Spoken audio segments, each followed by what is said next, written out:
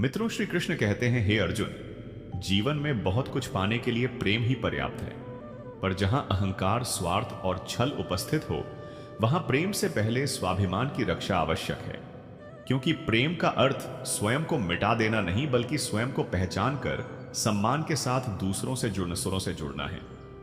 मित्रों, श्री कृष्ण कहते हैं, हे अर्जुन, बीता हुआ समय यही सिखाता है कि संसार अक्सर उसी का हो जाता है जो सफल दिखाई देता है, पर वास्तविक मूल्य उन लोगों का होता है जो सफलता के साथ अपनेपन और कर्तव्य को भी निभाते हैं। क्योंकि नसीब से तो लोग मिल जाते हैं, पर दिल से रिश्ते निभाने वाले बहुत दुर्लभ होते हैं। इसी कारण कई लोग हमसफर पाकर भी उदास रहते हैं, क्योंकि रिश्ता केवल साथ चलने से नहीं बल्कि आत्मा से जुड़ने ने आवश्यक बनता है। सबसे अलग होना कमजोरी नहीं बल्कि शक्ति है। जब कोई अपनी पहचान के साथ खड़ा रहता है तो दुनिया उसे बदलने का प्रयास करती है, पर जो अडिग रहता है वही एक दिन उसी दुनिया से सम्मान पाता है। कभी कभी एक ही पल में समझ आ जाता है कि कौन अपना है और कौन पराया, और जब यह पहचान हो जाती है तब शिकायतें समाप्त हो जाती हैं। केवल अनुभव और आत्मनिर्भरता शेष रह जाती है। जीवन के इस सफर में मनुष्य स्वयं को खोजते खोजते थक जाता है। कभी यादों में उलझता है तो कभी अपने ही प्रश्नों में, और तब समझ आता है कि हर कोई तुम्हारी खामोशी, संगीत का कारण पूछने नहीं आता। इसलिए दूसरों का पीछा छोड़कर अपने संतुलन को थाम लेना ही बुद्धिमानी है। अब प्रेम का माप भी संतुलन से होना चाहिए। जितनी मोहब्बत मिले उतनी ही लौटानी चाहिए, ना कम ना अधिक। क्योंकि आंतरिक प्रसन्नता किसी भ्रम से नहीं आती, बल्कि जब मन को शांत रखना सीख लिया जाए तो दुख स्वयं पीछे हटने लगते हैं। सब्र कोई संगीत दुर्बलता नहीं, बल्कि वह अद्भुत शक्ति है जो साधारण को असाधारण बना देती है। और धर्म चाहे कोई भी हो, इंसानियत का पालन ही सर्वोच्च है। क्योंकि परमात्मा कर्मों का मूल्यांकन करता है, नाम और दिखावे का नहीं। जीवन का यह भी नियम है कि जिन्हें तुम ऊंचाई तक पहुंचाते हो वही पहले तुम्हें परखते हैं। पर इसमें भी सीख छिपी है कि विश्वास ही वह प्रकाश है जो उजड़े मन में भी उजाला भर देता है। वही विश्वास असंभव को संभव बनाने का साहस देता है। संसार और लोग बदल सकते हैं, पर कर्म और सच्ची नीयत ही मनुष्य की असली पहचान होते हैं। इसलिए सत्य के मार्ग पर डटे रहना ही विजय है। श्री कृष्ण कहते हैं, हे अर्जुन, भाग्य को कोसने वाले नहीं बल्कि कर्म करने वाले ही अपनी तकदीर लिखते हैं। और जो रिश्ते निभाना जानते हैं वे अनावश्यक बहसों को छोड़ना भी सीख लेते हैं, क्योंकि हर तर्क जीतने वाला अक्सर अपने सबसे मूल्यवान संबंध हार बैठता है।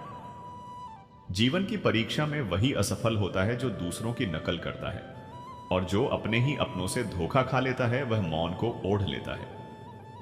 पर स्मरण रहे, जो रिश्ता धोखे से टूट जाए वह भीतर से पहले ही खोखला संगीत होता है। सच्चे हृदय वालों की सहायता ईश्वर किसी न किसी रूप में अवश्य करता है, क्योंकि सही कर्मों वाले को कोई गिरा नहीं सकता और गलत इरादों वाले को कोई बचा नहीं सकता। इसलिए किसी के विश्वास को तोड़ने से पहले 100 बार सोचना चाहिए, क्योंकि टूटा हुआ भरोसा फिर कभी पूर्ण नहीं हो पाता। हर चेहरा सत्य नहीं होता। असली पहचान समय ही उजागर करता है, और जो स्वयं को भी सच्चाई की दृष्टि से देख सकता है वही सही मार्ग चुन पाता है। मित्रों, श्री कृष्ण कहते हैं, हे अर्जुन, जिसके लिए बार बार आंसू बहाने पड़े उसके लिए स्वयं को खो देना उचित नहीं, और जो तुम्हारी पीड़ा की परवाह ना करे उसके लिए अपनी ऊर्जा व्यर्थ मत करो। क्योंकि यह संसार प्रेम की बातें बहुत करता है, पर चलता स्वार्थ से है। इसलिए भरोसा, संगीत सोच समझकर करो। अपनी मर्यादा, अपने कर्म और अपने आत्मसम्मान के साथ जियो। यही जीवन की सबसे बड़ी विजय है। मित्रों, बहुत पुराने समय की बात है। एक विशाल और वैभवशाली राज्य हुआ करता था जिसे ओमपुर के नाम से जाना जाता था।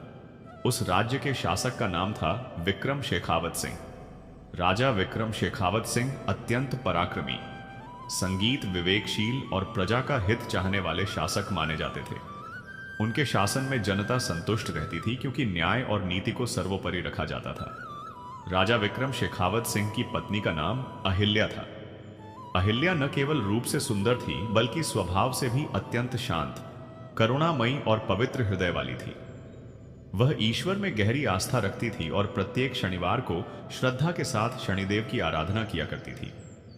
अहिल्या का विश्वास था कि जीवन में मिलने वाला हर सुख और हर शांति ईश्वर की कृपा से ही संगीत प्राप्त होती है। राजा विक्रम शेखावत सिंह और रानी अहिल्या का जीवन सुख, सम्मान और समृद्धि के साथ आगे बढ़ रहा था। परंतु यह भी कहा जाता है कि समय सदा एक जैसा नहीं रहता और मनुष्य का चित्त कब विचलित हो जाए इसका अनुमान लगाना कठिन होता है। एक अवसर पर रानी अहिल्या की छोटी बहन, जिसका नाम रूपम था, कुछ समय के लिए राजमहल में रहने आई। रूपम रूप, संगीत, रंग में अत्यंत आकर्षक थी, किंतु उसका स्वभाव अहिल्या से बिल्कुल विपरीत। संगीत था। जहां अहिल्या के हृदय में सेवा, संयम और भक्ति का वास था, वहीं रूपम के विचारों में भोग, लालच, संगीत और छल छिपा हुआ था। महल पहुंचने पर राजा विक्रम शेखावत सिंह ने अपनी साली के रूप में अभी संदीप का आड़ी की रूपम का सम्मान पूर्वक स्वागत किया। आरंभ के कुछ दिन सब कुछ सामान्य रहा। अहिल्या अपनी बहन को पास पाकर प्रसन्न थी। दोनों बहनें साथ बैठती, संवाद करती और बीते दिनों की स्मृतियों को याद करती। अहिल्या को तनिक भी आभास नहीं था कि यही आनंद आगे चलकर उसके जीवन का सबसे बड़ा कष्ट बन जाएगा। धीरे धीरे रूपम की दृष्टि राजा विक्रम शेखावत सिंह के वैभव और व्यक्तित्व पर टिकने लगी। उसके मन में लोभ ने जन्म लिया। उसने सोचा कि जब मेरी बहन इस राजमहल की महारानी बनकर सुख भोग रही है, तो मैं साधारण जीवन क्यों जीऊं? यदि राजा मेरे प्रभाव में आ जाए तो मैं भी उसी वैभव की अधिकारी बन सकती हूं। इस विचार के आते ही रूपम ने मर्यादा की सीमाओं को तोड़ने का निश्चय कर लिया। अब वह जानबूझकर राजा के सामने संगीत आने लगी। वह मधुर वचनों में बातें करती और अपनी चतुर अदाओं से उन्हें आकर्षित करने का प्रयास करने लगी। राजा विक्रम शेखावत सिंह, जो अब तक एक निष्ठ और संयमी रहे थे, रूपम की चालों को समय रहते समझ नहीं सके। उन्हें यही लगा कि रूपम स्वभाव से चंचल और निश्चल है, किंतु रूपम ने धीरे धीरे राजा के मन में अपने लिए स्थान बना लिया। एक दिन रानी अहिल्या मंदिर में पूजा हेतु गई हुई थी। उस समय महल में राजा विक्रम शेखावत सिंह अपने कक्ष में अकेले विश्राम कर रहे थे। अवसर देखकर रूपम वहां पहुंच गई। उसने राजा से कहा, जीजा जी, आप सदा राजकार्य में उलझे रहते हैं, कभी अपने लिए भी समय निकालना चाहिए। रूपम की वाणी में एक अजीब सा आकर्षण था, एक ऐसा प्रभाव जिसे राजा अनदेखा नहीं कर सके। उसी क्षण राजा का मन विचलित हो गया। संगीत, जो राजा अपने धर्म और न्याय के लिए प्रसिद्ध थे, वे अपने चरित्र की दृढ़ता खो बैठे। उसी दिन के बाद राजा और रूपम के बीच ऐसे संबंध शुरू हो गए। यह सब कुछ इतनी गोपनीयता और छल के साथ घटित हो रहा था कि सरल हृदय वाली रानी अहिल्या को इसकी कोई आहट तक नहीं मिली। रानी अहिल्या अपनी छोटी बहन पर पूर्ण विश्वास करती थी और मन ही मन यही मानती थी कि राजा विक्रम शेखावत सिंह रूपम को केवल छोटी बहन के समान ही स्नेह देते हैं। परंतु पर्दे के पीछे घटनाएं बिल्कुल भिन्न दिशा में चल रही थीं। राजा विक्रम शेखावत सिंह अब राजधर्म और प्रजा की भलाई से अधिक समय रूपम के साथ बिताने लगे थे। उनका ध्यान धीरे धीरे राज्य की जिम्मेदारियों से हटने लगा था। कर्मों के फल देने वाले शनिदेव यह सब देख रहे थे और समझ रहे थे कि किस प्रकार एक राजा अपने कर्तव्य, अपने धर्म और अपनी पत्नी के विश्वास को कुचल रहा है। राजा विक्रम शेखावत सिंह यह भूल चुके थे कि पाप कितना भी छुपा लिया जाए, एक दिन उसका भार अवश्य छलकता है। उन्हें यह भ्रम होने लगा था कि वे सर्वशक्तिमान हैं और उनका यह गुप्त संबंध कभी उजागर नहीं होगा। किंतु पाप कभी स्थायी रूप से छिपा संगीत नहीं रहता। समय यूं ही बीतता गया और कुछ महीनों में रानी अहिल्या ने राजा के स्वभाव में आए बदलाव को महसूस करना शुरू कर दिया। राजा अब उनसे दूरी बनाने लगे थे, उनकी बातों में रुचि नहीं लेते थे और अधिकांश अवसरों पर रूपम का ही पक्ष लेते दिखाई देते थे।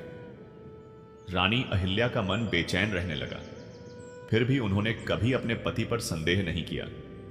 एक रात रानी अहिल्या को अचानक प्यास लगी और वह जल पीने के लिए उठी। माई पीने के लिए उठी। तभी उन्होंने देखा कि राजा अपने शैया स्थान पर नहीं है। उनके मन में चिंता उत्पन्न हुई कि इतनी रात में राजा कहां जा सकते हैं। वह उन्हें खोजते हुए महल के गलियारों में पहुंची। तभी रूपम के कक्ष से आती हुई स्पष्ट आवाजों ने उनके कदम रोक दिए। उनका हृदय तेजी से धड़कने लगा। जो कुछ उन्होंने सुना उस पर विश्वास करना कठिन था। वह धीरे धीरे रूपम के कक्ष के समीप पहुंची और द्वार की ओट से जो दृश्य देखा उसने उनके जीवन की नींव हिला दी। राजा विक्रम, शेखावत सिंह और रूपम साथ थे और ऐसे शब्दों का आदान प्रदान कर रहे थे जो किसी जीजा और साली के बीच संगीत कल्पना में भी नहीं होने चाहिए। रानी अहिल्या के पैरों तले जैसे धरती खिसक गई। जिस पति को उन्होंने ईश्वर समान माना था और जिस बहन को उन्होंने अपने हृदय से लगाया था, उन्हीं दोनों ने मिलकर उनके विश्वास को ढाकिया संगीत चूर चूर कर दिया था। उनकी आंखों से अश्रुओं की अविरल धारा बहने लगी, परंतु उन्होंने कोई शोर नहीं मचाया। टूटे हुए मन और मौन पीड़ा के साथ वह अपने कक्ष में लौट आई। पूरी रात वह आंसुओं में डूबी रही और यह समझने का आगा बढ़ने का प्रयास करती रही कि अब जीवन की दिशा क्या होनी चाहिए। प्रातः होते ही रानी अहिल्या ने एक कठोर और अंतिम निर्णय ले लिया। वह भली भांति जानती थी कि जहां विश्वास समाप्त हो चुका हो वहां सम्मान के साथ रहना असंभव है। जैसे ही सूरज उगा, उन्होंने राजा विक्रम शेखावत सिंह को अपने कक्ष में बुलाया। राजा जब वहां पहुंचे तो उन्होंने रानी की सूजी हुई आंखें और चेहरे पर छाई गंभीरता को देखा। उन्होंने प्रश्न किया कि वह इतनी व्यथित क्यों है। रानी अहिल्या ने उनकी आंखों में सीधे देखते हुए कहा कि पाप और पुण्य में यही अंतर होता है कि पुण्य करने वाला निडर होकर चलता है और पाप करने वाला सदा दृष्टि चुराता है। और बीती रात उन्होंने सब कुछ स्वयं देख लिया है। यह सुनते ही राजा विक्रम शेखावत सिंह स्तब्ध रह गए, क्योंकि उनका अपराध उजागर हो चुका था। रानी अहिल्या ने दृढ़ स्वर में कहा कि आपने मेरे विश्वास की हत्या की है और एक पति के धर्म का पालन नहीं किया। इसलिए अब मैं उस व्यक्ति के साथ एक क्षण भी नहीं रह सकती जिसने अपनी मर्यादा स्वयं जला दी हो।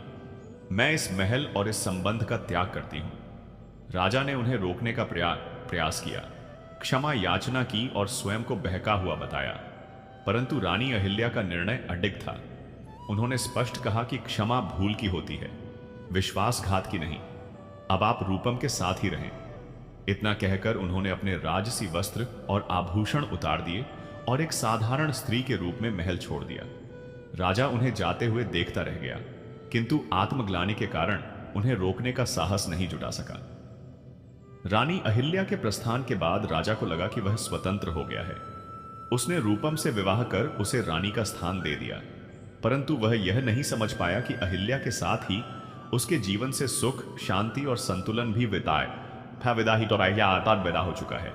शनिदेव की दृष्टि अब उस पर पड़ चुकी थी और जिस रूपम के लिए उसने अपनी सती साध्वी पत्नी को त्यागा था, वही आगे चलकर उसके पतन का कारण बनने वाली थी। रानी अहिल्या के महल से निकलते ही ओमपुर के राजमहल का वातावरण एकदम से बदल गया। संगीत, जिस महल में कभी शांति और सकारात्मक ऊर्जा का वास हुआ करता था, उसी राजमहल में अब एक अनकहा सन्नाटा, उदासी और भारीपन फैलने लगा था। रानी अहिल्या के महल छोड़कर जाने का दुख केवल पत्थर की दीवारों तक सीमित नहीं रहा, बल्कि उसका प्रभाव पूरे राज्य और प्रजा के हृदय पर गहराई से पड़ा।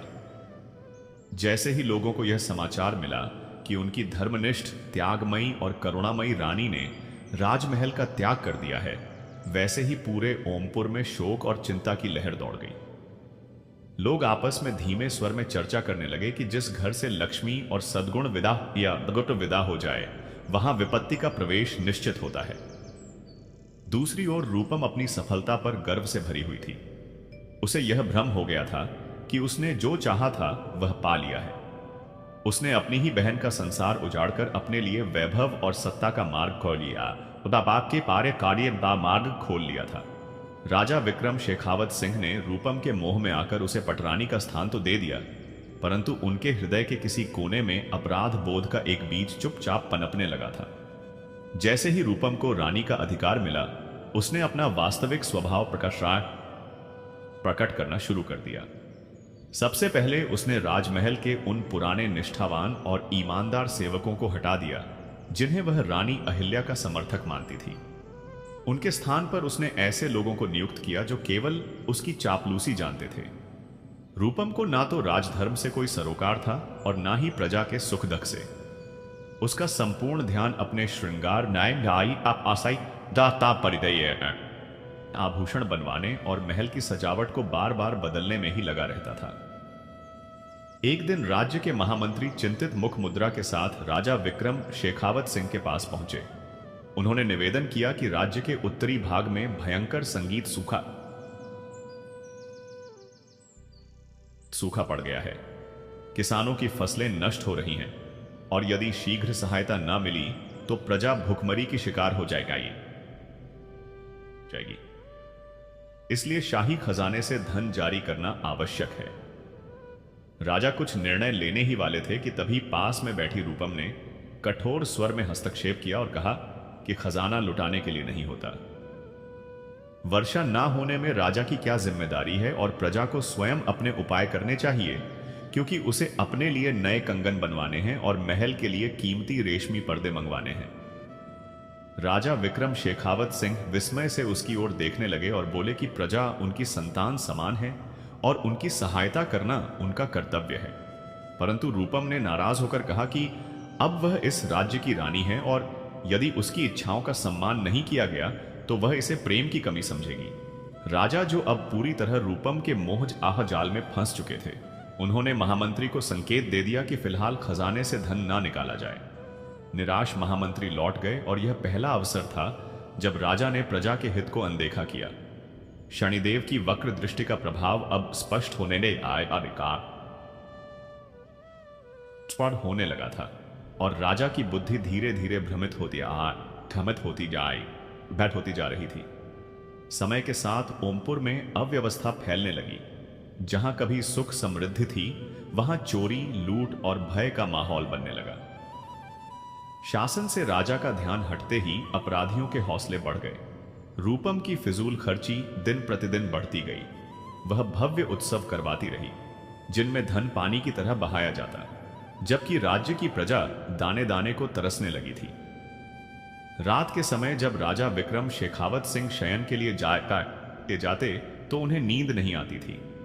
आंखें बंद करते ही उन्हें रानी अहिल्या का शांत और संयमित चेहरा दिखाई देता और उन्हें वह वचन याद आता कि राजा का जीवन भोग के लिए नहीं बल्कि त्याग के लिए होता है। और यही स्मृति उनके मन संगीत को भीतर से कचोटती रहती थी, क्योंकि वही सत्य उनके जीवन में सबसे अधिक खोया हुआ प्रतीत हो रहा था और हर पल उन्हें यह एहसास दिला रहा था कि सच्चा राजधर्म त्याग और करुणा के लिए होता है। राजा को अब यह गहराई से समझ आने लगा था कि उन्होंने अनमोल हीरे को ठुकराकर एक साधारण पत्थर को अपना लिया है, परंतु अब पश्चाताप करने से कुछ भी बदलने वाला नहीं था, क्योंकि समय का बाण अपने लक्ष्य बाड़ की ओर निकल चुका था। उधर रानी अहिल्या राजमहल का परित्याग कर घने और निर्जन वन की ओर प्रस्थान कर चुकी थी। उन्होंने राजसी वैभव, सुख और ऐश्वर्य को त्याग दिया था और एक तपस्विनी की भांति सादा जीवन अपना लिया था। वन के बीच उन्होंने एक छोटी सी कुटिया बनाई, वहीं निवास करने लगी। भोजन के लिए कंद मूल और फल तथा जल के लिए समीप बहती नदी संगीत का सहारा था। फिर भी उनके मुख पर अद्भुत शांति और तेज विद्यमान रहता था। वह दिन रात शनिदेव की भक्ति में लीन रहती थी। रानी अहिल्या कभी अपने लिए कुछ नहीं मांगती थी, बल्कि करुणा भरे हृदय से यही प्रार्थना करती थी कि हे कर्म फलदाता शनिदेव, मेरे पति राजा विक्रम शेखावत सिंह से जो संगीत भूल हुई है उसके लिए उन्हें क्षमा प्रदान करें और उनके मन में फिर से सद्बुद्धि का प्रकाश करें, ताकि वे अपने राजधर्म से विमुख ना हो। रानी अहिल्या के त्याग, संयम और निष्कलुष भक्ति को देखकर वन के पशु पक्षी भी निडर होकर उनके समीप आने लगे थे। समय निरंतर आगे बढ़ता गया। उधर ओमपुर राज्य की स्थिति दिन ब दिन अधिक दयनीय होती चली गई और अंततः वह घड़ी आ पहुंची जब शनिदेव ने राजा को उसके कर्मों का प्रत्यक्ष फल देने का निश्चय कर लिया। एक दिन राजा विक्रम शेखावत सिंह अपने दरबार में बैठे थे कि तभी एक दूत आए। संगीत अत्यंत घबराया हुआ भीतर आया। उसकी सांसें तेज चल रही थीं। उसने झुककर कहा, महाराज, बड़ा अनर्थ हो गया है। पड़ोसी शत्रु राजा ने ओमपुर पर आक्रमण कर दिया है और उसकी विशाल सेना ने हमारे राज्य को चारों ओर से घेर लिया है। यह समाचार सुनते ही राजा के पैरों तले मानो धरती खिसक गई। उन्होंने तुरंत अपने सेनापति को बुलवाया, परंतु पता चला कि सेना का मनोबल पहले ही टूट चुका है। सैनिकों को महीनों से वेतन नहीं मिला था, क्योंकि राज्य का अधिकांश धन रूपम के विलास और शौकों में व्यय हो चुका था। भूखे, थके और निराश सैनिक युद्ध के लिए तैयार नहीं थे। राजा विक्रम शेखावत सिंह को भली भांति आभास हो गया कि विनाश अब उनके द्वार पर खड़ा है। वे शीघ्रता से रूपम के पास पहुंचे और बोले कि शत्रु ने आक्रमण कर दिया है। अब हमें तुरंत कोई कठोर निर्णय लेना होगा। संभव है कि सेना के लिए साधन जुटाने हेतु महल की कुछ आपके संगीत, कीमती वस्तुएं और आभूषण बेचने पड़े। यह सुनते ही रूपम क्रोध से तमतमा उठी और ऊंचे स्वर में बोली कि क्या आप मेरे गहने बेचने की सोच रहे हैं? आप कैसे राजा हैं जो अपनी ही रानी के आभूषणों पर दृष्टि डाल रहे हैं? मुझे इस युद्ध से कोई सरोकार नहीं। यदि आप राज्य नहीं बचा सकते तो यह आपकी अक्षमता है। उसी क्षण राजा विक्रम शेखावत सिंह के सामने रूपम का वास्तविक स्वरूप पूर्णतः स्पष्ट हो गया। जिस बाहरी सौंदर्य पर वह कभी मोहित हुए थे, उसके पीछे छिपी स्वार्थ और कठोरता की कुरूपता आज उन्हें साफ संगीत दिखाई देने लगी। राजा को अपनी भारी भूल का तीव्र बोध हुआ, परंतु तब तक बहुत विलंब हो चुका था। शत्रु की सेना महल के द्वार तक पहुंच चुकी थी।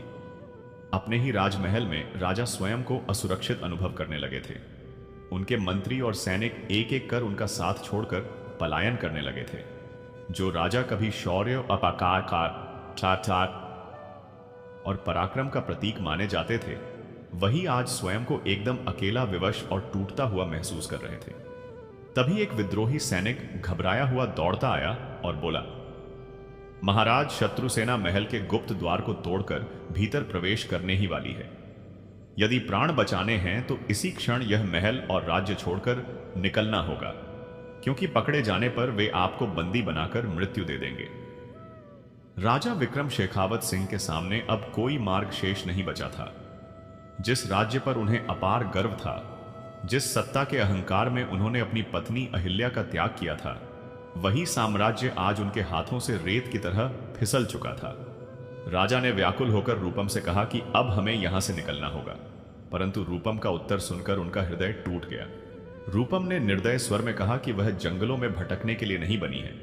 वह तो इस महल की रानी है और जो भी विजेता बनेगा वही उसका संगीत स्वामी होगा।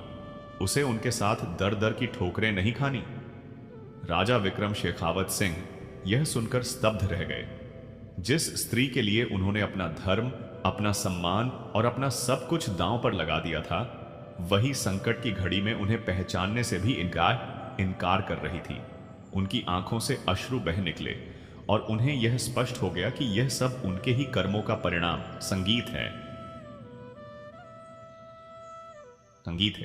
क्योंकि शनिदेव उन्हें समझा रहे थे कि अधर्म की नींव पर बने संबंध कभी स्थायी नहीं होते। भारी मन और खाली हाथ उसी रात राजा को चोरों की भांति अपने ही महल के पिछले द्वार से पलायन करना पड़ा। जो राजा कल तक मखमली शैया पर विश्राम करता था, आज उसके सिर पर छत तक नहीं थी। अंधेरी रात, घना वन और चारों ओर फैला सन्नाटा उनके अकेलेपन को और भयावह बना रहा था। राजा विक्रम शेखावत सिंह नंगे पांव जंगल की ओर भागीदाई संगीत रहे थे और पीछे छूट गया था उनका वैभव, उनका अभिमान और उनका राज्य। जंगल की निस्तब्धता उनके भीतर गूंज रही पीड़ा से भी अधिक डरावनी प्रतीत हो रही थी। राजमहल के रेशमी गलीचों पर चलने वाले उनके पांव अब पत्थरेली भूमि और नुकीले कांटों से छलनी हो चुके थे। अंधकार इतना घना था कि कुछ भी स्पष्ट संगीत दिखाई नहीं दे रहा था। जो राजा कभी हजारों सैनिकों की सुरक्षा में रहता था, वही आज जंगली पशुओं की भयावह आवाजों के बीच अपने प्राण बचाने के लिए भटक रहा था। प्रत्येक कदम पर उसे अपनी भूलों का संगीत तीखा बोध हो रहा था। भूख और प्यास से उसका कंठ सूख चुका था। उसने कभी कल्पना भी नहीं की थी कि एक बूंद जल के लिए भी उसे तरसना पड़ेगा। चलते चलते उसका पैर एक मोटी जड़ से टकराया और वह औंधे मुंह धरती पर गिर पड़ा। उसके मुंह से वेदना भरी चीख निकल पड़ी कि हे ईश्वर, यह मुझे किस पाप का दंड मिल रहा है। परंतु उत्तर देने वाला वहां कोई नहीं था सिवाय सिसकती हवाओं के। राजा वहीं मिट्टी पर पड़ा फूट फूट संगीत कर रोने लगा और उसके आंसू धरती में समा गए। उसे स्मरण हुआ कि कैसे अहिल्या ने उसे बार बार समझाया था और कैसे उसने पवित्र प्रेम को ठुकराकर वासना को चुन लिया था। आज वही संगीत रूपम जिसके लिए उसने अपना धर्म त्यागा था, शत्रु राजा के स्वागत की तैयारी कर रही होगी और यहां वह स्वयं एक लावारिस की तरह मृत्यु के समीप खड़ा था। किसी प्रकार रात बीती और संगीत, जब प्रातः का सूर्य उदित हुआ तो राजा की दशा किसी भिक्षुक से भी अधिक दयनीय हो चुकी थी। उसके राजसी वस्त्र फट चुके थे, शरीर मिट्टी से सना था और चेहरा भी भूख से कुम्हला गया था। जल की खोज में वह आगे बढ़ा और काफी दूर जाने पर उसे एक छोटी नदी दिखाई दी। जैसे ही उसने पानी पीने के लिए हाथ बढ़ाया, नदी के स्वच्छ जल में उसे अपना ही प्रतिबिंब दिखाई दिया और वह अपनी ही छवि देखकर सिहर संगीत उठा, क्योंकि वही चेहरा उसे दिख रहा था। क्या यह वही राजा विक्रम शेखावत सिंह है जिनके नाम से कभी दुश्मन संगीत कांपते थे? संगीत कांपते थे। आज उस चेहरे पर केवल विवशता, थकान और पराजय की स्पष्ट रेखाएं दिखाई दे रही थीं। उन्होंने नदी का ठंडा जल पिया और वहीं किनारे खड़े एक वृक्ष की छाया में कुछ पल विश्राम करने के लिए बैठ गए। तभी उनकी दृष्टि थोड़ी दूरी पर बैठे एक नन्हे बालक पर पड़ी। वह बालक लगभग 10 या 12 वर्ष का रहा होगा। उसके वस्त्र फटे पुराने थे और उसका शरीर दुर्बलता से झुका हुआ प्रतीत हो रहा था। वह एक पत्थर पर बैठा सूखी रोटी के छोटे से टुकड़े को बड़ी कठिनाई से चबाने का प्रयास कर रहा था। राजा विक्रम शेखावत सिंह को यह दृश्य देखकर गहरा आश्चर्य हुआ कि इस घने और भयावह जंगल में यह अकेला बालक आखिर क्या कर रहा है। अपनी भूख और पीड़ा को भूलकर राजा उसके समीप चले गए। जैसे ही बालक ने किसी अनजान व्यक्ति को अपनी ओर आते देखा, वह घबरा गया और अपनी सूखी रोटी को सीने से चिपका लिया, मानो उसे भय हो कि कोई उसका भुजार्स का भोजन छीन संगीत लेगा। राजा ने अत्यंत कोमल और शांत स्वर में कहा कि डरो मत बेटा, मैं तुम्हारा भोजन नहीं लूंगा। मैं तो केवल यह जानना चाहता हूं कि तुम इस डरावने जंगल में अकेले क्यों हो और तुम्हारे माता पिता कहाने या भल्यान घुमाए। राजा की आवाज में छिपा अपनापन और पीड़ा सुनकर बालक का भय कुछ कम हुआ। उसकी आंखें भर आईं और उसने कांपती हुई आवाज में कहा कि इस संसार में अब उसका कोई नहीं है। उसका गांव जंगल के उस पार था। कुछ दिन पहले डाकुओं ने गांव पर हमला किया, सब कुछ लूट लिया और उसके माता पिता को मार डाला। वह किसी तरह जान बचाकर जंगल में भाग आया और अब ना उसके पास घर है ना परिवार। बालक की व्यथा सुनकर राजा विक्रम शेखावत सिंह का हृदय भीतर तक कांप उठा। उन्हें ऐसा लगा जैसे वह बालक नहीं बल्कि उनका ही दर्द शब्दों में ढल गया हो। दोनों की नियति एक जी सीढ़ी जैसी हो चुकी थी। दोनों ने अपना सब कुछ खो दिया था। राजा के मन में उस बालक के प्रति गहरी करुणा और ममता उमड़ पड़ी। उन्होंने स्नेह से पूछा कि बेटा तुम्हारा नाम क्या है? बालक ने धीरे से उत्तर दिया कि उसका नाम चंदन है। यह सुनते ही राजा की आंखों से आंसू बह निकले।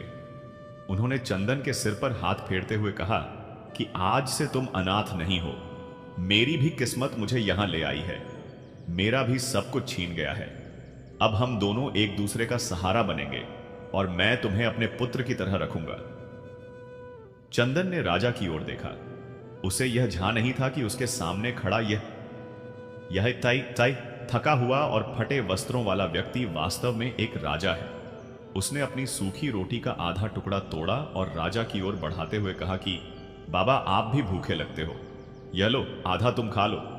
राजा विक्रम शेखावत सिंह, जिनके सामने कभी राजमहल में असंख्य व्यंजन परोसे जाते थे, आज उस अनाथ बालक के हाथ से मिली सूखी रोटी को लेते हुए भीतर तक भावुक हो गए।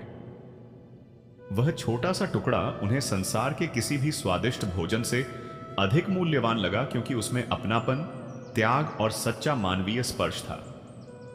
जो उन्हें रूपम के वैभवशाली महलों में कभी नहीं मिला था। इसके बाद राजा और चंदन साथ रहने लगे। राजा ने जंगल में ही लकड़ियों और पत्तों को इकट्ठा संगीत करके एक छोटी सी कुटिया बना ली। वह कंद, मूल और फल लाकर चंदन का पेट भरते और चंदन उन्हें पिता की तरह सामान देने लगा। चंदन भी जंगल से सूखी लकड़ियां चुन लाता और राजा के कार्यों में सहायता करता। इस कठिन संघर्षपूर्ण जीवन ने राजा विक्रम शेखावत सिंह को पूरी तरह परिवर्तित कर दिया था। उनके भीतर से अहंकार का नामो निशान मिट चुका था और अब वे भलीभांति समझ चुके थे कि जीवन का सच्चा सुख महलों और वैभव में नहीं बल्कि संतोष और प्रेम में है। एक दिन शाम के समय राजा विक्रम शेखावत सिंह और चंदन अपनी साधारण सी कुटिया के बाहर बैठे हुए मौन में डूबे थे। आकाश में घने और गहरे काले बादल चारों ओर फैल चुके थे और वातावरण में एक अजीब सी गंभीरता छाई हुई थी। शनिवार का पावन दिन था। राजा के मन में अचानक अहिल्या की स्मृति जाग उठी। उन्हें याद आया कि अहिल्या हर शनिवार श्रद्धा से पीपल के वृक्ष के नीचे दीपक प्रज्वलित करती थी और पूरे मन से शनिदेव की कथा का श्रवण किया करती थी। राजा ने गहरी सांस लेते हुए चंदन से कहा, बेटा चंदन, आज शनिवार है, यह न्याय और कर्म फल, संगीत के देवता शनिदेव का दिन माना जाता है। मेरे जीवन में जितने भी कष्ट आए हैं वे सब मेरे ही किए गए कर्मों का परिणाम है। आज पहली बार मुझे यह एहसास हो रहा है कि मैंने शनिदेव की महिमा को समझने, संगीत में भूल की और अपनी पत्नी अहिल्या की आस्था का अपमान कर बैठा। चंदन ने मासूमियत से पूछा, बाबा शनिदेव कौन होते हैं? क्या वे बहुत क्रोधित रहते हैं? राजा ने आकाश की ओर निहारते हुए शांत स्वर में कहा, नहीं बेटा, शनिदेव क्रोधी नहीं होते। वे तो केवल न्याय करने वाले हैं। वे इंसान को उसके ही कर्मों का दर्पण, संगीत दिखाते हैं। जब मनुष्य अपने मार्ग से भटक जाता है तब वे उसे दंड देकर सही दिशा की ओर मोड़ते हैं। मुझे लगता है कि अब मुझे शनिदेव से क्षमा मांगनी चाहिए। संभव है कि वे मेरी भूल को स्वीकार कर ले। उसी संध्या राजा विक्रम शेखावत सिंह जंगल में एक पीपल का वृक्ष खोजने निकल पड़े। उनके पास दीप जलाने के लिए ना तो घी था और ना ही तेल। उन्होंने पत्थरों को रगड़कर अग्नि उत्पन्न की और मन ही मन श्रद्धा से शनिदेव का आवाहन किया। आंखों में पश्चाताप के आंसू लिए राजा ने प्रार्थना की, हे प्रभु, मैंने जो भी पाप किए उनका दंड मुझे मिल चुका है।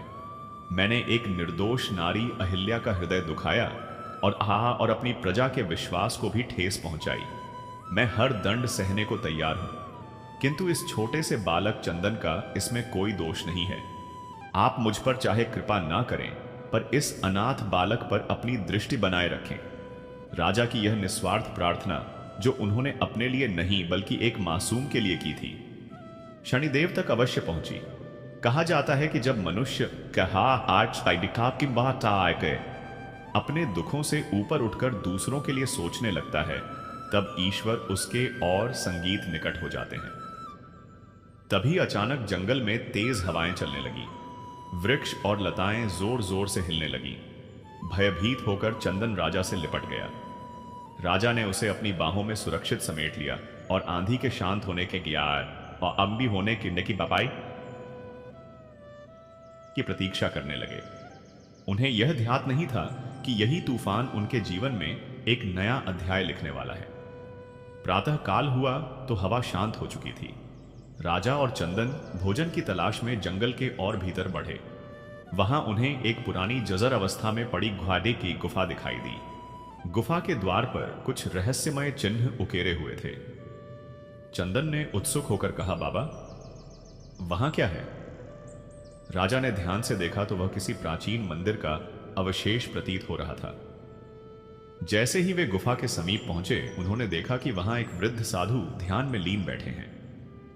उनकी जटाएं लंबी थीं और मुखमंडल पर दिव्य तेज झलक रहा था। राजा विक्रम शेखावत सिंह ने चंदन का हाथ थामा और विनम्रता से साधु के पास जाकर चरणों में प्रणाम किया। साधु ने नेत्र खोले और राजा को देखकर मंद मुस्कान बिखेर दी। उनकी मुस्कान ऐसी थी मानो वे राजा का संपूर्ण अतीत भली भांति जानते हो। साधु बोले, आ गए राजन, शनिदेव की लीला भी असीम है। निर्धन को सम्राट और सम्राट को निर्धन बना देना उनके लिए क्षण मात्र का कार्य है। राजा चकित रह गए। इस घने वन में फटे वस्त्रों में बैठे इस साधु ने उन्हें राजन क्यों कहा? राजा ने हाथ जोड़कर विनयपूर्वक कहा, महाराज, आप तो सर्वज्ञ प्रतीत होते हैं। मैं तो एक दुर्भाग्यशाली मनुष्य हूं जिसने सब कुछ गंवा दिया है। साधु ने गंभीर स्वर में कहा, गंवाया नहीं है राजन, तुमने तो अब पाया है। जब तक तुम्हारे पास राजपाट था तब तक तुम्हारे भीतर घमंड और अधिकार का भाव भरा हुआ था, किंतु आज जब तुम्हारे हाथ खाली हैं तब भी तुम्हारे पास वह मनुष्यता है जो तुमने इस अनाथ बालक को अपनाकर प्रमाणित की है। शनिदेव तुम्हारी परीक्षा ले रहे थे और यह परीक्षा अब भी पूरी नहीं हुई है। राजा विक्रम शेखावत सिंह ने विनम्रता से पूछा, महाराज, अब मुझे क्या करना होगा? मैं अपने किए हुए पापों का प्रायश्चित किस प्रकार कर सकता हूं? साधु ने अपनी झोली से एक काले रंग का कपड़ा निकाला जिसमें कुछ बीज बंधे हुए थे। उन्होंने वह पोटली राजा को सौंपते हुए कहा, इस वन के दक्षिण दिशा की ओर प्रस्थान करो। वहां एक नगर स्थित है। वहां जाकर परिश्रम से मजदूरी करना, सदा न्याय के मार्ग पर चलना, शनिदेव का व्रत करना और उनकी कथा का स्मरण करना। यह स्मरण रखना कि समय से बड़ा कोई किंबार कोई बल नहीं होता। यह बालक चंदन जिसे तुमने आश्रय दिया है, आगे चलकर तुम्हारे भाग्यबायकार संगीत भाग्य का द्वार खोलेगा। राजा विक्रम शेखावत सिंह ने उस पोटली को श्रद्धा से अपने मस्तक से लगाया और उनके हृदय में आशा का संचार हो गया। साधु का आशीर्वाद लेकर राजा और चंदन दक्षिण दिशा की ओर आगे बढ़ चले। उन्हें यह ध्यात नहीं था कि आगे कैसी परिस्थितियां प्रतीक्षा कर रही हैं, पर अब वे अकेले नहीं थे। उनके साथ विश्वास था और होठों पर शनिदेव का नाम था। साधु के आशीर्वाद और बीजों की पोटली के साथ राजा और नन्हा चंदन जंगल की सीमा से बाहर निकल आए। जंगल पीछे छूट चुका था, लेकिन वास्तविक संघर्ष अब आरंभ होने वाला था। जिसने जीवन भर रेशमी बिछावनों पर कदम रखा था, वही राजा अब तपती धूप में कंकले मार्ग पर नंगे पांव चल रहा था। चलते चलते चंदन के कोमल पैर थकान से जवाब देने लगे। वह रुक गया और बोला, बाबा, अब मुझसे आगे चला नहीं जा रहा। पैरों में बहुत पीड़ा हो रही है। राजा का अपना शरीर भी कमजोरी से टूट रहा था। भूख से पेट व्याकुल था, लेकिन चंदन की वेदना देखकर वह अपनी पीड़ा भूल गए। उन्होंने झुककर चंदन को अपनी पीठ पर उठा संगीत लिया। आंखों में आंख संगीत, संगीत, संगीत आइए, संगीत आपको संगीत आ संगीत बाबसा संगीत आ देखो संगीत मिया संगीत आसा संगीत अधीन और संगीत है संगीत आदि बद संगीत वदा संगीत संगीत बासा संगीत बाय संगीत संगीत आ संगीत। रोने लगा। राजा का धैर्य टूटने लगा और वह सड़क के किनारे थक कर बैठ गए। उन्होंने आकाश की ओर देखा और मन ही मन सोचा, हे शनिदेव, क्या मेरी परीक्षा अभी भी समाप्त नहीं हुई है? तभी उसी मार्ग से एक लकड़हारा अपनी बैलगाड़ी लेकर गुजर रहा था, जिसकी गाड़ी में लकड़ियों के भारी भारी गट्ठर लदे थे। अचानक गाड़ी का एक पहिया गड्ढे में धंस गया। बैल पूरी ताकत लगा रहे थे, फिर भी पहिया बाहर नहीं निकल पा रहा था और लकड़हारा अकेला परेशान होकर इधर उधर था संगीत देखने लगा। यह दृश्य देखकर राजा विक्रम शेखावत सिंह तुरंत उठे और बिना कुछ बोले पूरे बल से पहिए को धक्का देने लगे। भले ही अब उनकी बाहों में राजसी सामर्थ्य ना चिचा न बची हो, लेकिन उनके संकल्प में कोई कमी नहीं थी। राजा बैलों और परिश्रम की संयुक्त शक्ति से पहिया गड्ढे से बाहर निकल आया। लकड़हारा प्रसन्न हो गया और पसीना पोंछते हुए बोला, धन्यवाद परदेसी, अगर तुम मदद ना करते तो मैं आज यहीं फंसा रह जाता। बहुत भले प्रतीत होते हो, लेकिन तुम्हारी दशा बता रही है कि तुम कठिनाई में हो। राजा ने हाथ जोड़कर विनम्र स्वर में कहा, भाई, हम परदेसी हैं और काम की तलाश में भटक रहे हैं। मेरे साथ यह छोटा बच्चा है जो कई दिनों से भूखा है। मुझे धन नहीं चाहिए, बस ऐसा कोई काम दे दो जिससे इसका पेट भर सके। लकड़हारा, जिसका नाम भीमा था, स्वभाव से दयालु था। उसने राजा की आंखों में सच्चाई और पीड़ा दोनों देखी और बोला, मेरे पास बहुत संपत्ति तो नहीं है, पर मेरा लकड़ी का एक गोदाम है। वहां लकड़ियां चीरने और उठाने का काम रहता है। यदि तुम यह कठिन काम कर सको तो मैं तुम्हें गोदाम के पीछे रहने के लिए एक छोटी कोठरी और भोजन की व्यवस्था कर सकता हूं। राजा के लिए यह प्रस्ताव किसी वरदान से कम नहीं था। उन्होंने तुरंत सहमति में सिर हिला दिया। भीमा राजा और चंदन को अपने गोदाम ले गया और उन्हें भरपेट भोजन कराया। कई दिनों बाद जब चंदन ने पेट भरकर खाना खाया तो उसके चेहरे पर आई तृप्ति देखकर राजा की सारी थकावट मिट गई। राजा को अनुभव हुआ कि यह उनके श्रम से कमाया गया पहला भोजन है, जिसका स्वाद महलों के 56 भोग से भी अधिक मधुर था। रात को विश्राम के लिए उन्हें एक छोटी सी कोठरी मिली, जहां नीचे फटी हुई पुरानी बोरियां बिछी थीं। मच्छरों की आवाज गूंज रही थी, फिर भी राजा ने कोई शिकायत संगीत नहीं की। चंदन राजा की गोद में सिर रखकर तुरंत सो गया। राजा जागते रहे और उसके धूल से भरे बालों में स्नेह से उंगलियां फेरते रहे। उन्होंने चंदन के सूजे हुए पैरों को देखा और वहीं हाथ जिनसे कभी दास पैर दबाते थे, आज बड़े प्रेम से उस अनाथ बालक के पैर सहलाने लगे ताकि उसे कुछ आराम मिल सके। राजा की आंखों से आंसू बहकर चंदन के गालों पर गिर पड़े और वह धीमे स्वर में बोले, बेटा आज हम भले ही रंग हो, पर मैं वचन देता हूं कि पूरी मेहनत करूंगा और तुम्हें एक अच्छा जीवन दूंगा। शनिदेव साक्षी हैं कि अब मेरा यह नया जीवन केवल तुम्हारे लिए है। उस रात राजा ने एक मजदूर का जीवन स्वीकार कर लिया था। उन्होंने अपने अतीत को मानो किसी बीते स्वप्न की तरह मन से निकाल दिया था और वर्तमान की कठोर सच्चाइयों को पूरी मजबूती से स्वीकार कर लिया था। पर उन्हें यह अनुमान नहीं था कि उस नगर में जीवन बिताना इतना सरल नहीं होने वाला है। उस शहर के निवासी और विशेष रूप से वहां का कोतवाल निर्धन लोगों पर अत्याचार करने के लिए कुख्यात था। दर्शक मित्रों, राजा विक्रम शेखावत सिंह का जीवन अब पूरी तरह बदल चुका था। जिन हाथों ने कभी तलवार और राजाज्ञा के दस्तावेज थामे थे, वही हाथ संगीत अब भारी कुल्हाड़ियां चला रहे थे। विजयनगर में लकड़हारे भीमा के गोदाम में काम करते हुए उन्हें कई दिन बीत चुके थे। शुरुआती दिन अत्यंत कष्टमय थे। जब राजा भारी लकड़ी के लट्ठे अपनी पीठ पर उठाते तो उनके कंधों की त्वचा उधड़ जाती। कुल्हाड़ी चलाते चलाते उनकी हथेलियों में बड़े बड़े छाले पड़ गए थे। कई बार वे छाले फूट जाते और उनसे रक्त बहने लगता। एक दोपहर का समय था। राजा धूप में बैठकर अपने माथे का पसीना पोंछ रहे थे। पास ही खेल रहे नन्हे चंदन की दृष्टि राजा के हाथों से बहते खून पर पड़ी। वह दौड़कर उनके पास आया। उसकी आंखें भर आईं। उसने अपने छोटे हाथों से राजा के घायल हाथ थाम लिए और उन पर धीरे धीरे फूंक मारने लगा ताकि जलन कम हो जाए। रोते हुए चंदन बोला, बाबा आपको बहुत पीड़ा हो रही है ना? मेरे लिए इतनी मेहनत मत किया करो।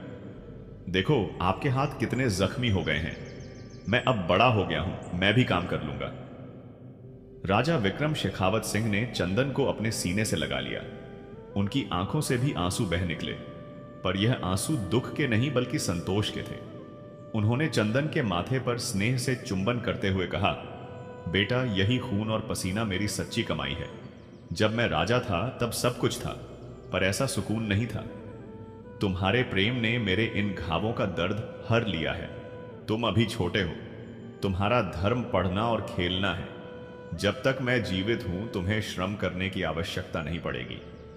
यह दृश्य देखकर वहां खड़ा भीमा लकड़हारा भी भावुक हो उठा। उसने समझ लिया कि यह कोई साधारण मजदूर नहीं है। इसके संस्कारों में कुछ विशेष है। संध्या का समय था। भीमा, राजा और चंदन गोदाम के बाहर बैठकर बातचीत कर रहे थे। तभी घोड़ों की टापों, संगीत की तेज आवाज सुनाई दी। धूल उड़ाते हुए 4-5 सिपाही वहां आ पहुंचे। उनके आगे एक ऊंचे कद का व्यक्ति था जिसकी बड़ी बड़ी मूछें और आंखों में कठोरता झलक रही थी। वह उस नगर का कोतवाल कालसेन था जो अपनी क्रूरता और रिश्वतखोरी के लिए बदनाम था। कालसेन ने घोड़े से उतरते ही अपनी बड़ी बड़ी मूछों को ऐठा और भीमा की ओर कठोर स्वर में गरजा कि क्यों रे भीमा, इस महीने की हफ्ता वसूली अब तक क्यों नहीं पहुंची? क्या तुझे याद नहीं कि इस नगर में रहना है तो कालसेन को संतुष्ट रखना पड़ता है? यह सुनते ही भीमा भय से कांप उठा और हाथ जोड़कर बोला कि कोतवाल साहब, लगातार वर्षा के कारण लकड़ी का कारोबार पूरी तरह ठप पड़ा है। घर में अन्न का दाना तक नहीं बचा है। कृपा कीजिए। जैसे ही काम चलेगा मैं आपकी रकम चुका दूंगा। पर कालसेन के हृदय में दया का नामो निशान नहीं था। उसने बिना सोचे समझे हाथ में पकड़ा हंटर घुमाया और पूरी ताकत से भीमा की पीठ पर मार दिया। छट्टाक की तेज आवाज गूंजी और भीमा दर्द दर्द से करा उठा। कालसेन दहाड़ा की झूठ मत बोल, तू खजाने में धन छिपाकर बैठा है और भोला बनने का नाटक कर रहा है। इतना कहते हुए उसने दूसरा प्रहार करने के लिए हाथ उठाया। यह दृश्य देखकर राजा विक्रम शेखावत सिंह का रक्त उबाल मारने लगा। राजस्व भाव कितनी ही विपत्ति में क्यों ना हो, अन्याय देखकर शांत नहीं रह सकता। वह तुरंत आगे बढ़े और सीधे कालसेन के सामने जा खड़े हुए। गहरी और दृढ़ आवाज में बोले, रुकिए कोतवाल साहब। कालसेन संगीत का उठा हुआ हाथ हवा में ही थम गया। उसने आश्चर्य से इस फटे मजदूर को देखा। उसकी आंखों में ऐसा तेज था कि एक क्षण के लिए स्वयं कालसेन भी सिहर गया। फिर क्रोध में चिल्लाया कि तू कौन है रे? 2 कौड़ी के मजदूर इतनी हिम्मत कि कालसेन का हाथ रोक दे। राजा विक्रम शेखावत सिंह ने बिना झुके उसकी आंखों में आंखें डालकर कहा कि मैं एक मनुष्य हूं और यह गरीब लकड़हारा भी इंसान है। किसी असहाय पर हाथ उठाना वीरता नहीं बल्कि कायरता है। यदि इनके पास धन होता तो यह मना नहीं करते। आप कानून के रक्षक हैं, लुटेरे नहीं।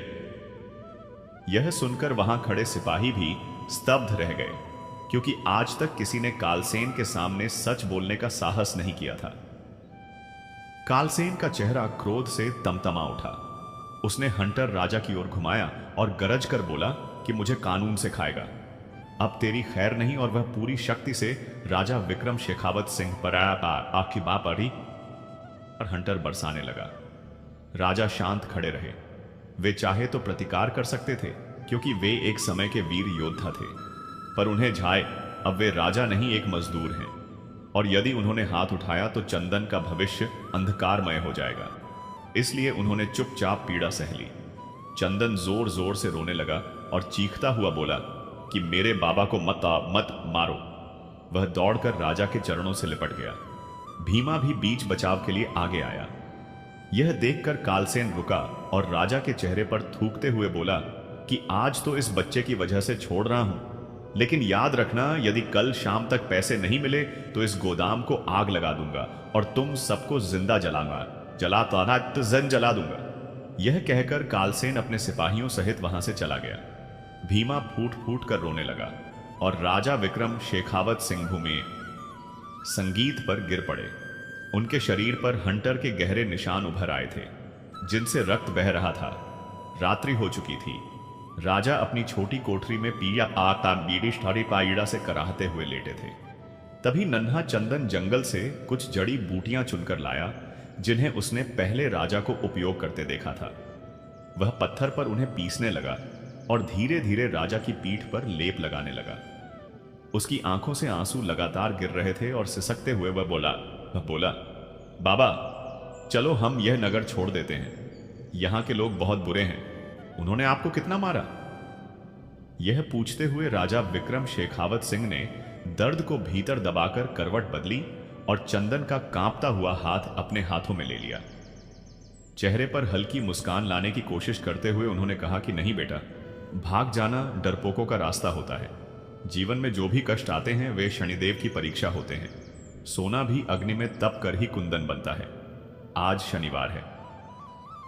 क्या तुम्हें याद है मैंने क्या समझाया था? चंदन ने भीगी आंखों से सिर हिलाते हुए कहा कि हां, शनिदेव न्याय करते हैं। राजा ने गंभीर स्वर में कहा, बिल्कुल। आज उस कोतवाल ने अपनी शक्ति का घमंड दिखाया है। उसे लगता है कि उसका कोई कुछ नहीं बिगाड़ सकता, लेकिन ऊपर बैठा न्यायाधीश सब देख रहा है। हमें सत्य और धर्म का साथ नहीं छोड़ना है। एक दिन शनिदेव स्वयं सब कुछ ठीक करेंगे। उसी रात राजा विक्रम शेखावत सिंह भूखे पेट सो गए, क्योंकि अपने हिस्से का सारा भोजन उन्होंने चंदन को खिला दिया था। उनके मन में भीमा और उस अन्याय के विरुद्ध कुछ करने की तीव्र इच्छा थी, पर मार्ग सिपाही की हार पाई स्पष्ट नहीं दिख रहा था। उधर महल लौटकर कोतवाल कालसेन को नींद नहीं आई। उस मजदूर की आंखों में दिखा तेज बार बार उसके मन में घूम रहा था। उसे लग रहा था कि वह चेहरा बात याद आ आया, कहीं पहले देखा हुआ है, लेकिन स्मृति साफ नहीं हो पा रही थी। यही अनजाना भय उसके पतन की पहली सीढ़ी बन रहा था। अगली सुबह जब राजा जागे आगे तो गोदाम के बाहर शोर शराबा सुनाई दिया। लोग घबराकर चिल्ला रहे थे। राजा लंगड़ाते हुए बाहर निकले तो दृश्य देखकर उनके होश उड़ गए। कालसेन अपने सिपाहियों के साथ गोदाम में उत्पात मचा रहा था। लकड़ियों के गट्ठर बिखरे पड़े थे। भीमा हाथ जोड़कर रोता हुआ उसके पैरों में गिरा था और कालसेन निर्दयता से उसे लात मार रहा था। राजा ने भीड़ को हटाकर ऊंची आवाज में पूछा कि एक गरीब पर इतना अत्याचार क्यों किया जा रहा है। कालसेन ने उन्हें देखकर चालाक मुस्कान के साथ कहा कि आ गया वह मजदूर जिसकी जुबान बहुत तेज चलती है। भीमा देख, तेरी तबाही की जड़ यही है। फिर उसने सबको सुनाते हुए घोषणा की कि बीती रात विजयनगर की महारानी का 9 लाख हार चोरी हो गया है और खबर है कि चोर इसी इलाके में छिपा है। राजा विक्रम शेखावत सिंह समझ गए कि चोरी केवल बहाना है और असली उद्देश्य कल के अपमान का बदला लेना है। कालसेन ने सिपाहियों को आदेश दिया कि उस कोठरी की तलाशी लो जहां यह परदेसी रहता है। 2 सिपाही तुरंत अंदर घुस गए। भयभीत चंदन राजा के पीछे सिमट गया। राजा ने उसके कंधे पर भरोसे का हाथ रखकर कहा कि डर मत बेटा, हमने कोई पाप नहीं किया, सच कभी हारता नहीं। लेकिन वे यह भूल गए थे कि जब समय प्रतिकूल हो तो सत्य को भी झूठ के नीचे दबा दिया जाता है। कुछ ही देर में एक सिपाही बाहर आया जिसके हाथ में चमकता हुआ हीरों का हार था और उसने ऊंची आवाज में कहा कि हुजूर, यही वह हार है जो उसी कोठरी में फटी हुई बोरियों के नीचे छुपाया गया था। यह देखते ही वहां मौजूद जनसूह पर जैसे मौन की चादर तान दी गई। भीमा की आंखें आश्चर्य से फैल गई और उसका मन यह स्वीकार ही नहीं कर पा रहा था कि जिस व्यक्ति को उसने सहारा दिया वही अपराधी कहलाए। राजा विक्रम शेखावत सिंह स्तब्ध खड़े रह गए और उनके मन में 1000 प्रश्न एक साथ उमड़ पड़े कि वह आभूषण उस स्थान पर आखिर पहुंचा कैसे। संभव था कि असली चोर भागते समय उसे छिपा गया हो या फिर यह सब कालसेन की सोची समझी चाल हो, किंतु उस घड़ी सच्चाई को सुनने वाला कोई नहीं था। कालसेन ठहाका लगाकर बोला कि उसे पहले से ही शक था कि सूरज जैसा नाम रखने वाला यह व्यक्ति अर्थात भयाक्ति भीतर से अंधकार छिपाए है। दिन में मेहनत का स्वांग रचता है और रात में राजमहलों को लूटता है। वहीं पास खड़ा नन्हा चंदन सब देख रहा था और अपनी मासूम हिम्मत समेटे वह सिपाहियों के बीच जा कूदा। ऊंची आवाज में रोते हुए बोला कि यह सब झूठ है। उसके बाबा चोर नहीं हो सकते क्योंकि पूरी रात वे सोते रहे और उन्होंने कुछ नहीं चुराया। चंदन भागकर कालसेन के पैरों से लिपट गया और गिड़गिड़ाते हुए कहने लगा कि उसके बाबा को मत ले जाओ, वे बहुत भले इंसान हैं। लेकिन कालसेन ने क्रूरता संगीत दिखाते हुए उसे जोर से झटक दिया। चंदन लकड़ियों के ढेर पर जा गिरा और उसके माथे से खून बहने लगा। यह दृश्य देखकर राजा विक्रम शेखावत सिंह का हृदय तड़प उठा और वे सिपाहियों की पकड़ से निकलने का प्रयास करने लगे। उन्होंने कठोर स्वर में चेतावनी दी कि अगर उसके बेटे को हाथ भी लगाया गया तो अंजाम बुरा होगा। उन्होंने साफ कहा कि वह चोर नहीं है और उन्हें नहीं पता कि वह हार उनकी कोठरी में कैसे आया। मगर कालसेन ने उनकी एक न सुनी और सिपाहियों को आदेश दिया कि इस अपराधी को जंजीरों भाई अबागी भाई संगीत में जकड़ दो और ऐसी सजा दो कि पीढ़ियां याद रखें।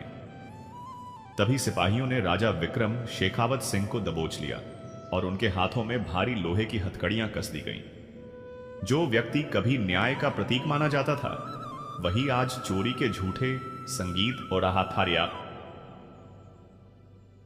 आरोप में बंधा खड़ा था। शनिदेव की लीला के आगे उनका स्वाभिमान चूर चूर हो रहा था, आय और प्रहाय काय था। राजा को घसीटते हुए ले जाया जाने लगा। उधर घायल चंदन लड़खड़ाते हुए उठा और राजा के पीछे दौड़ा। रोते चिल्लाते हुए कहने लगा कि उसे अकेला छोड़कर ना जाएं, क्योंकि उनके बिना उसका जीवन अहवाते अधूरा है। उसकी चीखें पत्थर दिल को भी विचलित कर सकती थीं। राजा ने मुड़कर देखा तो उनकी आंखें आंसुओं से भर गई और उन्होंने भीमा की ओर देखते हुए पुकारा कि इस बच्चे का ध्यान रखना, क्योंकि इसमें कोई दोष नहीं है। भीमा, जो अब तक सदमे में था, चंदन की हालत देखकर टूट गया और दौड़कर उसे थाम लिया। चंदन उसकी बाहों में छटपटाते हुए राजा की ओर हाथ बढ़ाता बढ़ाता रहा। तभी सिपाही राजा विक्रम शेखावत सिंह को धूल उड़ाते हुए दूर ले गए और वह दृश्य आंखों से ओझल हो गया। पीछे सिर्फ एक सिसकता अनाथ बालक और विवश लकड़हारा रह गया।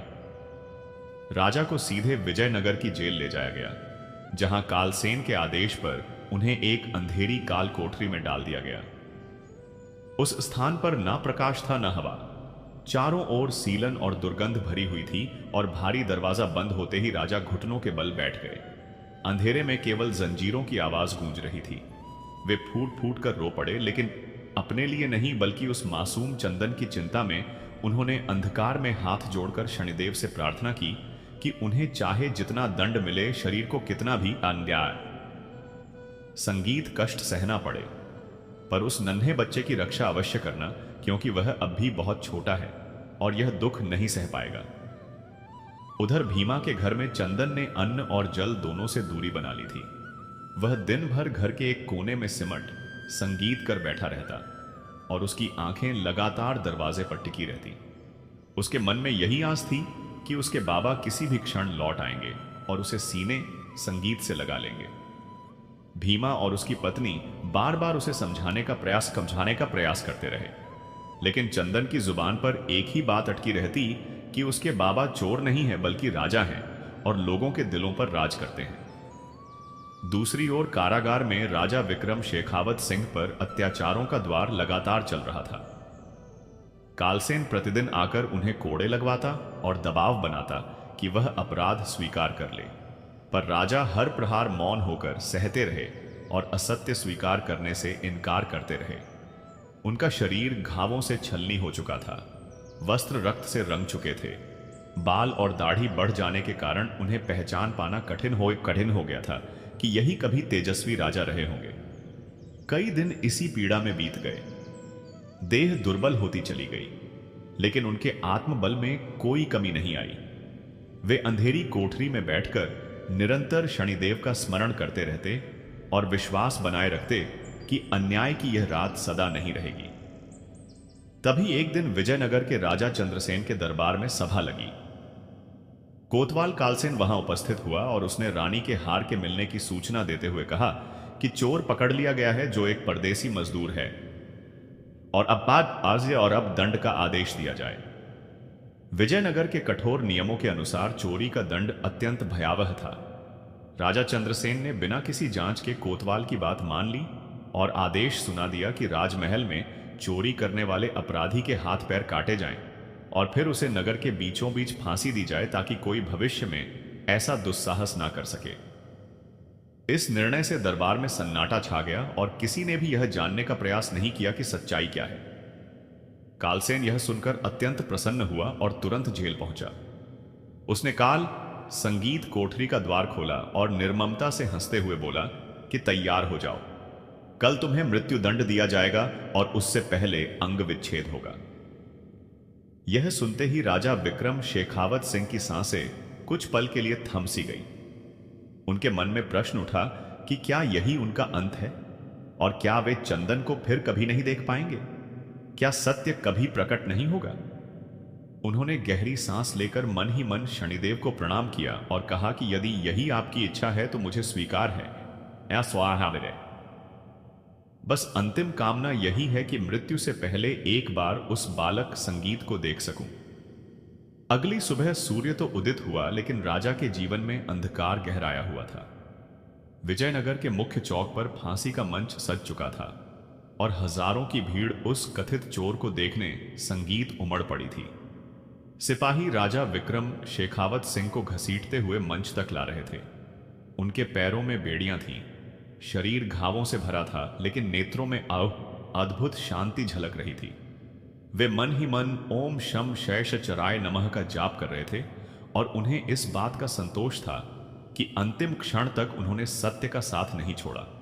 जैसे ही उन्हें फंदे के नीचे खड़ा किया गया, तभी भीड़ के बीच से एक करुण चीख गूंजी कि रुक जाओ, मेरे बाबा को मत मारो, और वह आवाज जिस कंठ संगीत से निकली वह नन्हा चंदन था। वह भीड़ को चीरता हुआ लड़खड़ाता सा मंच की दिशा संगीत में भागा चला आया। उसके पीछे पीछे भीमा लकड़हारा दौड़ा, लेकिन चंदन की व्याकुल गति को रोक पाना उसके लिए असंभव था। चंदन सीधे जाकर राजा विक्रम शेखावत सिंह के चरणों से लिपट गया। यह दृश्य देखते ही संगीत कोतवाल कालसेन क्रोध से तमतमा उठा और उसने सिपाहियों को आदेश दिया कि इस पागल बच्चे को तुरंत यहां से हटाओ। सिपाहियों ने कठोरता से चंदन को अलग किया। तब चंदन रोते बिलखते हुए विजयनगर के राजा चंद्रसेन की ओर हाथ जोड़कर गिड़गिड़ाया और बोला कि महाराज, आप राजा नहीं बल्कि भगवान समान हैं। मेरे बाबा चोर नहीं हैं। यदि किसी को दंड देना ही है तो मुझे दे। संगीत जी यही यही कश,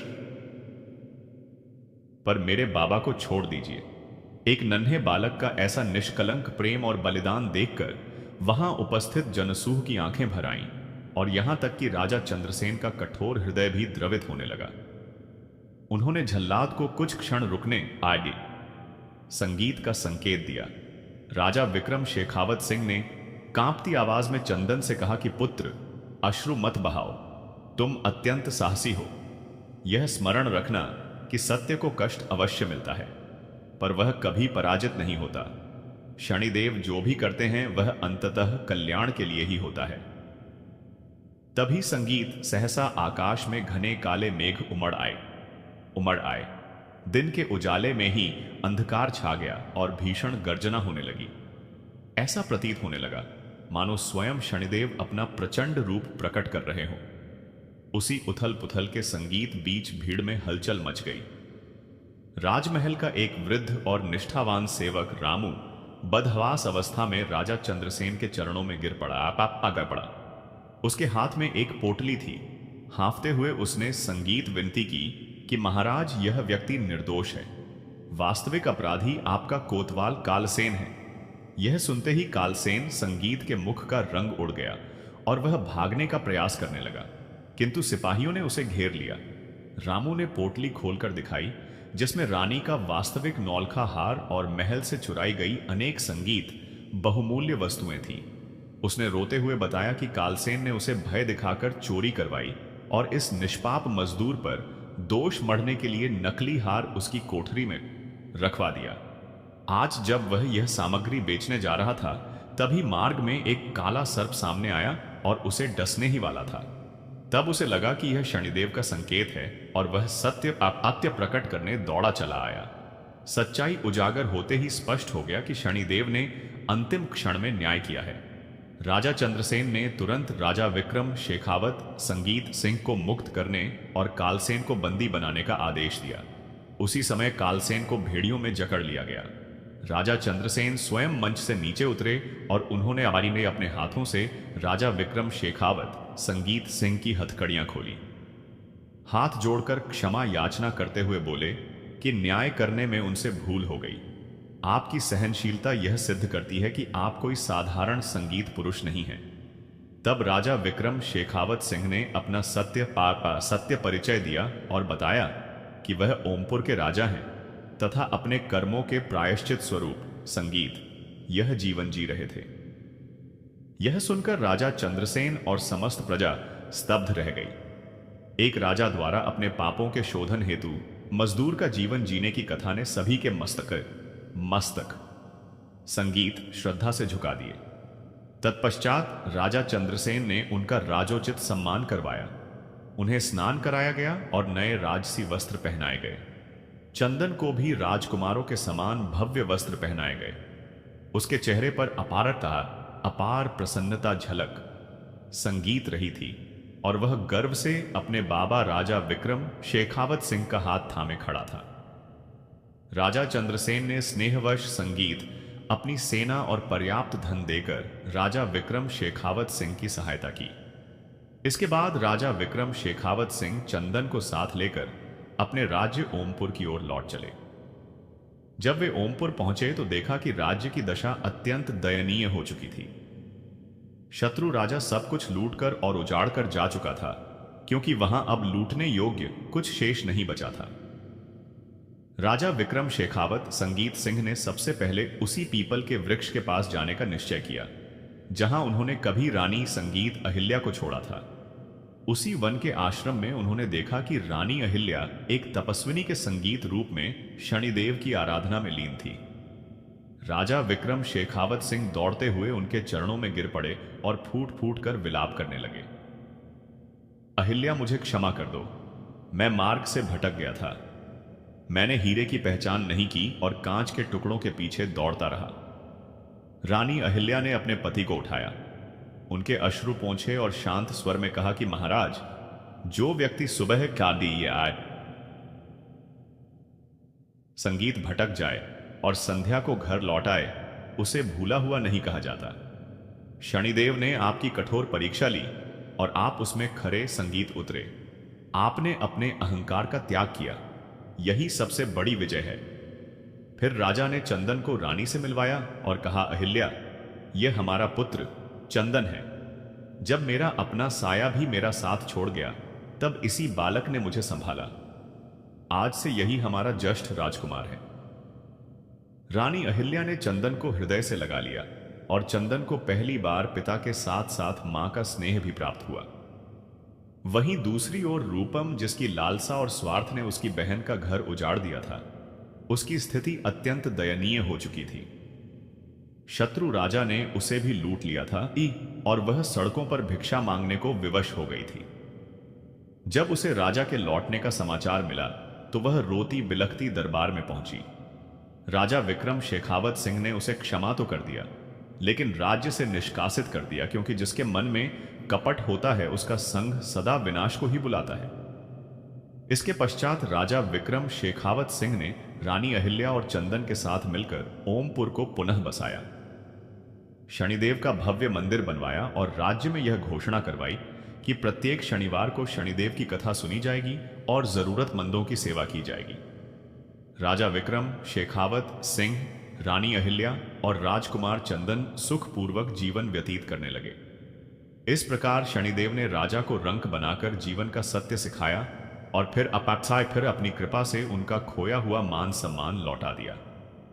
प्रियजनों, इस संपूर्ण कथा से शनिदेव की 3 महान शिक्षाएं प्राप्त होती हैं। पहली यह कि कर्म से कोई भी नहीं बच सकता, क्योंकि पूर्व पुण्य वर्तमान पापों को नहीं मिटा सकते और कर्म का फल राजा और रंक में भेद नहीं करता। दूसरी शिक्षा यह कि जो त्याग करता है वही अंत में प्राप्त करता है, क्योंकि रानी अहिल्या ने अपमान के बाद भी प्रतिशोध नहीं लिया और भक्ति के मार्ग को अपनाया। तीसरी और सबसे महत्वपूर्ण सीख यह है कि जो संबंध अधर्म, छल और लालच पर टिके होते हैं वे अंततः विनाश ही लाते हैं, क्योंकि जो रिश्ता धर्म संगीत से खाली होता है वह सुख से भी खाली होता है। मित्रों, भगवान श्री कृष्ण कहते हैं, कभी भी खुद को टूटने मत देना। अपने सम्मान को बचाए रखना सबसे पहले तुम्हारी जिम्मेदारी है। जब तुम खुद का आदर करोगे तभी दूसरे भी तुम्हें सम्मान देना सीखेंगे। सम्मान की कीमत वही समझते हैं जो तुम्हारे संघर्ष को जानते हैं। बहुत से लोग तुम्हें सिर्फ भाग्यशाली समझेंगे, लेकिन जिनको तुम्हारी मेहनत और दुख पता होगा वही तुम्हारी कामयाबी की सच्ची कदर करेंगे। कम चीजों की परवाह करो। जितना कम परवाह करोगे उतना मन हल्का रहेगा और खुशी बढ़ेगी। कितने भी शुद्ध संगीत कर्म कर लो, अक्सर तारीफें वही मिलती हैं जो श्मशान जैसी ठंडी जगहों पर होती हैं। असली सम्मान अक्सर सही समय पर ही मिलता है। इसलिए समय की कीमत समझो और धैर्य रखो। धूप में पका हुआ फल जरा अलग ही होता है, उसकी कीमत अधिक होती है। वैसे ही जीवन में जो चीज धैर्य और मेहनत से बनती है उसका मूल्य अधिक होता है। रिश्तों में ऐसे लोग भी होते हैं जो केवल तब दिखते हैं जब तुम कमजोर होते हो। वे तुम्हारे संसाधन चुराने पहुंच जाते हैं। बुरा समय अक्सर वही राज खोल देता है जो असली है। कौन सच्चा है और कौन नकाब वाला। अक्सर हम अपनों की अहमियत तब समझते हैं जब वे दूर चले जाते हैं। इसलिए समय रहते उनकी कदर करना सीखो। जो रोज साथ हैं उनके लिए छोटी छोटी बातों में प्यार दिखाओ। सुरचित और सुरुचिपूर्ण व्यवहार रखो। चेहरे को फिल्टर से चमकाया जा सकता है, पर दिल को सच्चाई और अच्छाई से ही सजाया जाता है। अगर तुम चाहते हो कि लोग तुम्हारे बारे में अच्छा बोले तो पहला कदम यह है कि तुम अपना नाम और अपनी पहचान अच्छी तरह से बनाओ। किसी और रास्ते की जरूरत नहीं। लोगों की बातें मीठी होती हैं, पर सच्चाई कड़वी भी हो सकती है। इसलिए मिठास ना खो, लेकिन सच्चाई बोलने से मत डरो। यह जरूरी नहीं कि तुम बहुत अच्छे हो तो हर कोई तुमसे प्यार करेगा। अक्सर अच्छे लोगों का मादे तौर अधिक उपयोग किया जाता है। कुछ लोग इतने स्वार्थी होते हैं कि रिश्तों को भी तराजू पर तौलते हैं। क्या फायदा, क्या गलत? रिश्ते बनाते समय दो तरह के लोगों से सावधान रहो। वे जो हमेशा बिजी रहते हैं और वे जो घमंडी होते हैं। जिनके पास समय नहीं है वे कोई वक्त नहीं देंगे, और घमंडी हमेशा दूसरों को छोटा दिखाने की कोशिश करते हैं। चाय की तरह चरित्र भी गिरने पर दाग लग जाता है और उसे धोना मुश्किल होता है। इसलिए अपने चरित्र की रक्षा करो। यह कलयुग है। यहां अगर तुम सिर्फ मीठा बनकर रहोगे तो लोग तुम्हें सिर्फ संगीत इस्तेमाल करेंगे। इसलिए हमेशा जीतने की चाह रखो। ये बार जीवन की हर चुनौती कुछ सिखाती है, और हर बार जीत की कोशिश तुम्हें मजबूत बनाती है। श्री कृष्ण कहते हैं, शुरुआत में लगता है कि पैसा ही सब कुछ है, पर दिन के अंत में घर लौटते वक्त एहसास होता है कि सच्ची खुशी शांति है। शांति मिलना ही वास्तविक सुख है। इसलिए शांति को महत्व दो। खामोशी एक अच्छी आदत है, खासकर जब तुम्हारे आसपास मूर्ख या नकारात्मक लोग हो। हर बात कहनी जरूरी नहीं। समय और तरीके से बोलना सीखो। जवाब देना हो तो सही समय पर दमदार जवाब दो, पर अनावश्यक जवाब वाणी से बचो। ईश्वर ने मानव को संदेश दिया है, तुम इस धरती के मालिक नहीं, सिर्फ मेहमान हो। यह समझ आ जाए तो अहंकार और लालच कम हो जाता है। कभी भी उस व्यक्ति को अपना मित्र मत बनाओ जो किसी भी महफिल में तुम्हें शर्मिंदा करे, चाहे वह मजाक में हो। सम्मान सबसे अमूल्य, सबसे अनमोल चीज है। जो तुम्हारा सम्मान नहीं करते वे तुम्हारे सच्चे दोस्त नहीं, संगीत हो सकते। अगर किसी का फायदा नहीं कर सकते तो कम से कम उसका नुकसान भी ना करो। यह छोटी छोटी बातें दुनिया में बहुत बड़ा फर्क लाती हैं। अगर इंसान अपनी ही उंगलियों से अपने पाप गिनाएगा तो दूसरों पर उंगली उठाने के लिए वक्त ही नहीं मिलेगा। मतलब पहले खुद को देखो, अपनी गलतियों को पहचानो, फिर दूसरों की बात करना। जो तुम्हें तुम्हारी अच्छाइयों और बुराइयों के साथ स्वीकार करता है वही सच्चा मित्र है। दुनिया तब तक तुम्हें अपनाएगी जब तक तुम उनके हिसाब से चलोगे। अगर तुम्हारे ऊपर इल्जाम लगे तो सोचो कुछ तो कमी जरूर रही होगी। श्री कृष्ण कहते हैं, रिश्तों की अहमियत समझो। रिश्तों की असली सुंदरता उन्हें दिखाने में नहीं, निभाने में होती। संगीत है, प्रमाणित है। अगर हम एक दूसरे के बारे में बातें करने के बजाय सीधे बात करें तो कई गलत फहमियां अपने आप दूर हो जाती हैं, नाबादार हो जाती हैं। आईने हजार रख लो, पर सच देखने के लिए सामने वाले से नजर मिलानी पड़ेगी। दुनिया ऐसी है कि लोग कम मिलते हैं पर जागते ज्यादा हैं। कई बार सुकून पाने की चाह में लोग अपना दिल बेच देते हैं और गलत हाथों में चले जाते हैं। खामोशी में अपनी उलझनों को छुपाना ठीक है, क्योंकि शोर से मुश्किलें हल नहीं होती। पर जो समय व्यर्थ जा रहा है उसे संभालो। भाग्य और झूठ पर भरोसा जितना कम होगा उतनी निराशा कम मिलेगी। कर्म और सत्य पर भरोसा रखो, यह तुम्हें आश्चर्यजनक परिणाम देगा। दिल टूटने पर संगीत भी, मुस्कुराना और ठोकर खाने के बाद भी मंजिल की तलाश यही जीवन है। कभी कभी किसी को चाहकर भी ना पाना ही सच्ची चाहत होती है। इसमें एक मजबूती होती है जो हमें आगे बढ़ने की ताकत देती है। हम किसी के लिए जरूरत या आदत हो सकते हैं, पर असल में शायद ही किसी के लिए बहुत जरूरी होते हैं। रिश्तों में तीसरे शख्स की मौजूदगी अक्सर दूरियां बढ़ा देती है। इसलिए जिन रिश्तों को बचाना चाहते हो उन्हें दिल से निभाओ। जिंदगी में बहुत कुछ तय नहीं होता। जो छोटे पैर पर लगती हैं वे संभल कर चलना सिखाती हैं, और जो छोटे मन पर लगती हैं वे समझदारी सिखाती हैं। घमंड की कोई वजह नहीं। एक रात ऐसी भी आएगी जब सब कुछ बदल जाएगा। परिस्थितियां इंसान का स्वभाव बदल देती हैं, इसलिए विनम्र रहना बेहतर है। जो व्यक्ति थोड़े से में खुश रहना जानता है वही असली सुखी होता है। खामोशी भी कभी कभी रिश्तों को तोड़ देती है, पर हिम्मत रखो। आज का दुख कल के सुख की निशानी संगीत हो सकता है। यह आया जीवन वही है जो आज जी रहे हो। आने वाले कल के सपनों में खोने से अच्छा है कि वर्तमान को